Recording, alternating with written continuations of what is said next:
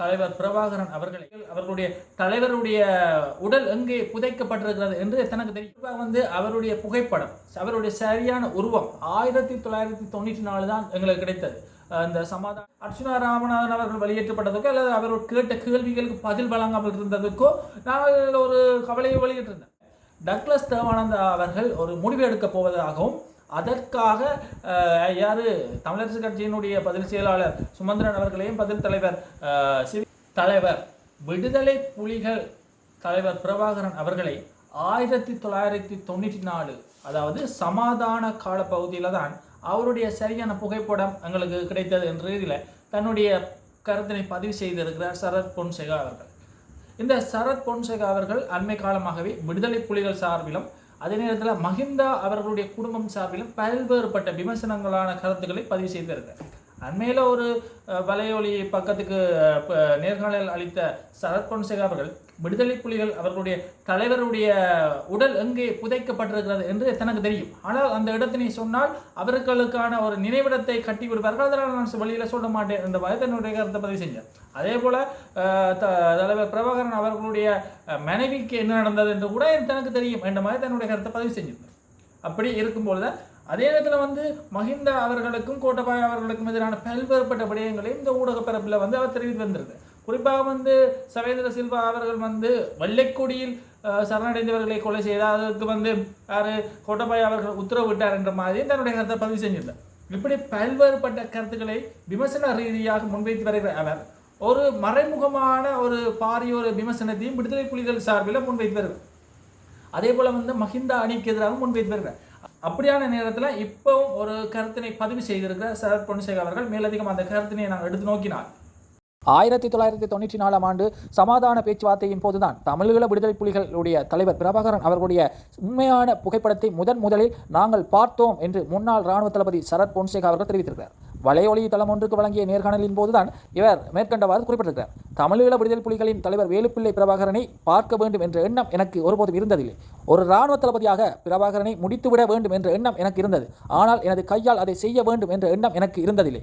எனது பணி அது அல்ல. இராணுவ தளபதியின் பணி ஒருவரது தலையில் துப்பாக்கியால் சுடுவது அல்ல. எனினும் எமது இளவயதில் இப்படியொரு நிலை இருந்திருந்தால் ஒருவேளை அந்த எண்ணம் எனக்கு தோன்றியிருக்கலாம்.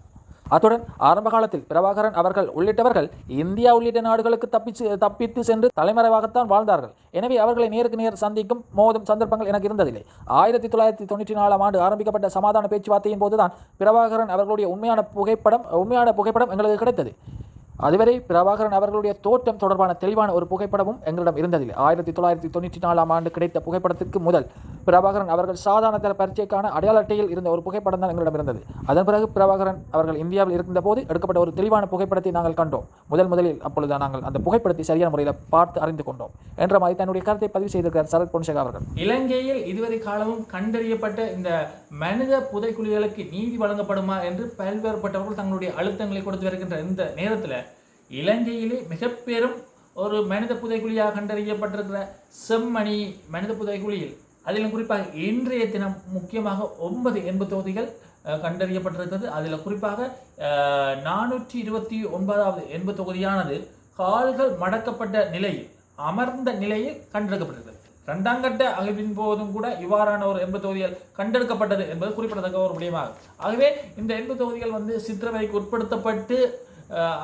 புதைக்கப்பட்டிருக்கிறதா என்ற ரீதியில் பல்வேறுபட்ட விசாரணைகள் சென்று கொண்டிருக்கிறது. ஆகவே நாங்கள் விசாரணை முடிவின் அடிப்படையில் தான் இதனை நாங்கள் அவதானிக்கக்கூடியதாக இருக்கும். ஆயினும் இந்த செம்மணிக்கு நீதி வேண்டும் என்று பல்வேறுபட்ட ரீதியில் பல்வேறுபட்டவர்கள் தங்களுடைய கருத்துக்களையும் போராட்டங்களை முன்னெடுத்து வருகிறார்கள். குறிப்பாக இப்போ ஐரோப்பிய நாடுகளை சார்ந்த சில முக்கியமான அதிகாரிகள் இந்த செம்மணிக்கு சென்று பார்வையிட போவதாகவும் கருத்து நிலவுகிறது. அதற்கான அனுமதியை கோரியிருக்கிறார்கள். அப்போ காலப்போக்கில் அவர்களும் அந்த செம்மணிக்கு சென்று தங்களுடைய வாக்குமூலத்தை பெறுவார்கள் அல்லது கொடுப்பார்கள். அதற்கான ஒரு அழுத்தம் கொடுப்பார்கள். இந்த நீதிக்கான அழுத்தம் என்று நாங்கள் பார்க்கின்றோம். அதே நேரத்தில் நாங்கள் தொடர்ச்சியாக பார்ப்போம் இலங்கை திருநாட்டில் என்னதான் நடக்கிறது. அதே நேரத்தில் முக்கியமாக இன்னொரு முக்கியமான விடயம் என்று பார்த்தால் ரஜீவன் எம்பி அவர்கள் ஒரு முக்கியமான கருத்தினை அல்லது இந்த சமூக வலைப்பக்கத்தில் வெளியிட்டிருக்கிறார். குறிப்பாக தனக்கும் அமைச்சர் சந்திரசேகர் அவர்களுக்கு எந்த ஒரு முருகல் நிலையும் இல்லை. நாங்கள் மக்களுடைய சேவைக்காக பாடுபடுகிறோம். குறிப்பாக வந்து என்பிபி அரசாங்கமானது மக்களுக்காக சேவையாற்றுகிறது, எங்களுக்குள்ள எந்த ஒரு பிளவும் இல்லை.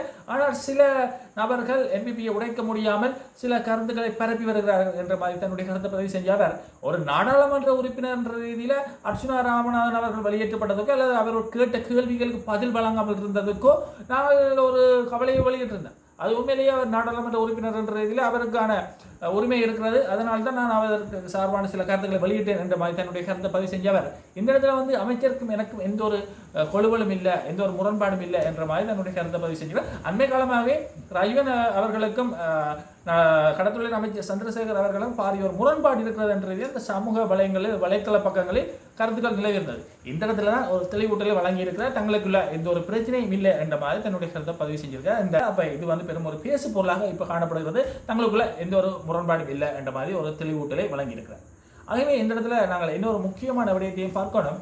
இப்ப இருக்கிற யாழ்ப்பாண மாநகர சபை சரியான முறையில் இயங்கவில்லை என்று தனக்கு முறைப்பாடு அல்லது விமர்சனங்கள் வந்திருக்கிறது என்ற அடிப்படையில் டக்ளஸ் தேவானந்தா அவர்கள் ஒரு முடிவு எடுக்க போவதாகவும் அதற்காக தமிழரசு கட்சியினுடைய பதில் செயலாளர் சுமந்திரன் அவர்களையும் பதில் தலைவர் சிவிக சிவஞானம் அவர்களையும் சந்தித்து பேசப் போவதாகவும் தன்னுடைய கருத்தை பதிவு செய்கிறார். ஆரம்ப கட்டத்தில் ஆள்நோட்டுக்கு நாங்கள் இந்த மாநில சபையை கொடுத்தோம். சில ஆசனங்கள் எங்களோட கையில் இருந்தது. நாங்கள் அதன் அடிப்படையில் அவர்கள் ஆதரவு அளித்தோம். ஆயினும் அவர் சரியான முறையில் செயற்படையில. பிறகு மணிமன்னன் அவர்களுக்கு கொடுத்தோம், அவரும் சரியான முறையில் செயற்படையில. இப்ப இருக்கிற ஆக்களும் சரியான முறையில் செயற்படவில்லை என்று தன்னுடைய காதுக்கு சில விடயங்கள் வந்ததாகவும் அது தொடர்பாக நான் நடவடிக்கை எடுக்கலாம் என்ற மாதிரி தன்னுடைய கருத்தை பதிவு செய்திருக்கிறேன். அதே நேரத்தில் தங்களுக்கு அதிகாரங்கள் மற்றும் ஆட்சி பதவியில் ஒரு விருப்பம் இல்லை என்ற மாதிரி தன்னுடைய கருத்தை பதிவு செஞ்சால், குறிப்பாக ஊர்காவல்துறையில் வந்து நாங்கள் தான் பெரும்பான்மை, ஆனால் நாங்கள் ஆட்சியில் இல்லை, நாங்கள் வேறு ஒரு ஆளுக்கு விட்டு கொடுத்துருக்கோம் என்ற மாதிரி தன்னுடைய கருத்தை பதிவு செஞ்சது. ஆகவே தொடர்ச்சியாக பார்ப்போம், டக்ளஸ் தேவானந்தா அவர்கள் வந்து தன்னுடைய ஆதரவை வாபஸ் வாங்குவதாக இருந்தால் மாநகர சபையினுடைய இருப்பு கேள்விக்குறியாக மாறும். இப்போ இருக்கிற தமிழரசு கட்சியை சார்ந்த ஒருவர் தான் மாநகர சபை முதல்வராக காணப்படுகிறார். ஆயினும் அது டக்ளஸ் தேவானந்தா அவர்களுடைய ஆதரவின் அடிப்படையில். ஆகவே அவர் ஆதரவை வாபஸ் பெறுவாரா இல்லை மீண்டும் ஆதரவு கொடுப்பாரா என்ற மாதிரி தான் இந்த கருத்து நிலை காணப்படுகிறது. ஆகவே எதுவாக இருந்தாலும் மக்களுடைய சேவை என வரும்பொழுது நாங்கள் சரியான முறையில் செயற்பட வேண்டும். மக்களுக்காக நாங்கள் பதவியை அடைந்திருக்கிறோம். அந்த பதவிகளை சரியான முறையில் பயன்படுத்தி மக்களுக்கு தேவையான விடயங்களை நாங்கள் சரியான முறையில் பெற்றுக் கொடுக்கணும் என்றதான் இங்கு அவதானிக்கக்கூடிய ஒரு முக்கியமானது. யார் ஆட்சியில் இருந்தாலும் அவர்கள் மக்களுடைய வரிப்பணத்தில் இருக்கிறார்கள், மக்களுக்காக சேவையாற்ற வேண்டியவர்கள். ஆகவே யாராக இருந்தாலும் சரியான முறையில் சேவையாற்ற வேண்டும். அவர் சேவையாற்றவில்லை என்றால் அவர்கள் அகற்றப்படத்தான் வேண்டும் என்று பல்வேறுபட்டவர்கள் தங்களுடைய கருத்துக்களை பதிவு செய்து வருகிறார்கள். ஆகவே தொடர்ச்சியாக பார்ப்போம் இலங்கை திருநாட்டில் என்னதான் நடக்கிறது. வருங்காலத்தில் செம்மணி சார்ந்த மனித புதைகுலிகளுக்கு நீதி கிடைக்குமா? அதே நேரத்தில் வந்து டக்ளஸ் தேவானந்தா அவர்கள் தன்னுடைய இந்த விடயத்தை எவ்வாறு அணுகப் போகிறார்? அதே நேரத்தில் வந்து என்பிபி அரசாங்கத்துக்குள் எவ்வாறான விடயங்கள் காணப்பட போகிறது, அவர்கள் வருங்காலத்தில் எவ்வாறு செயற்பட போகிறார்கள் என்று பல்வேறுபட்ட விடயங்களை நாங்கள் அறிந்து கொள்வோம். நன்றி, வணக்கம்.